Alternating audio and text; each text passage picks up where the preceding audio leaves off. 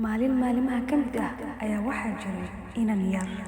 Inankan yar waxa uu weydiiyey aabihii waxa ay tahay qiimaha noloshiisa.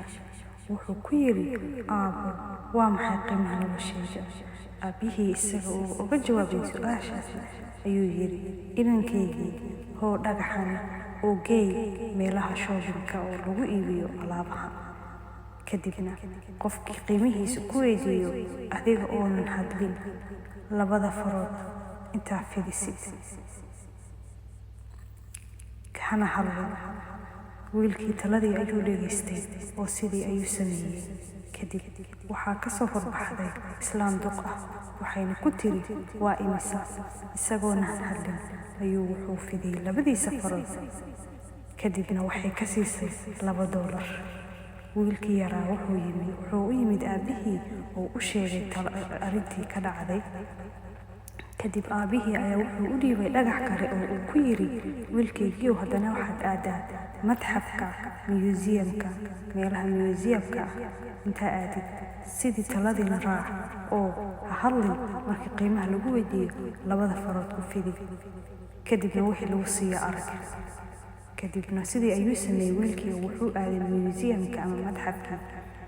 Waxaana ka hor yimaaday ninkaasoo ku yidhi, Meeqaa ayaa iga siinaysaa? Kadib wiilkii taladii aabihii ayuu raacay, labadii farood ayuu fidiyey. Ninkii ayaa wuxuu u qaatay $200. Kadibna 200 ayuu ka siiyey. Wiilkii oo yaaban ayaa soo laabtay oo u sheegay arrintii aabihii. Kadib aabihii ayaa u dhiibay dhagax saddexaad oo ku yidhi, Markan waxaa aadaa meelaha dhagaxaanta lagu gado oo qaaska ah. Sidii ayuuna raacay taladii oo markii qiimaha la weydiiyo sidoo kale inuusan hadlin, labada farood u taago ama u fidiyo.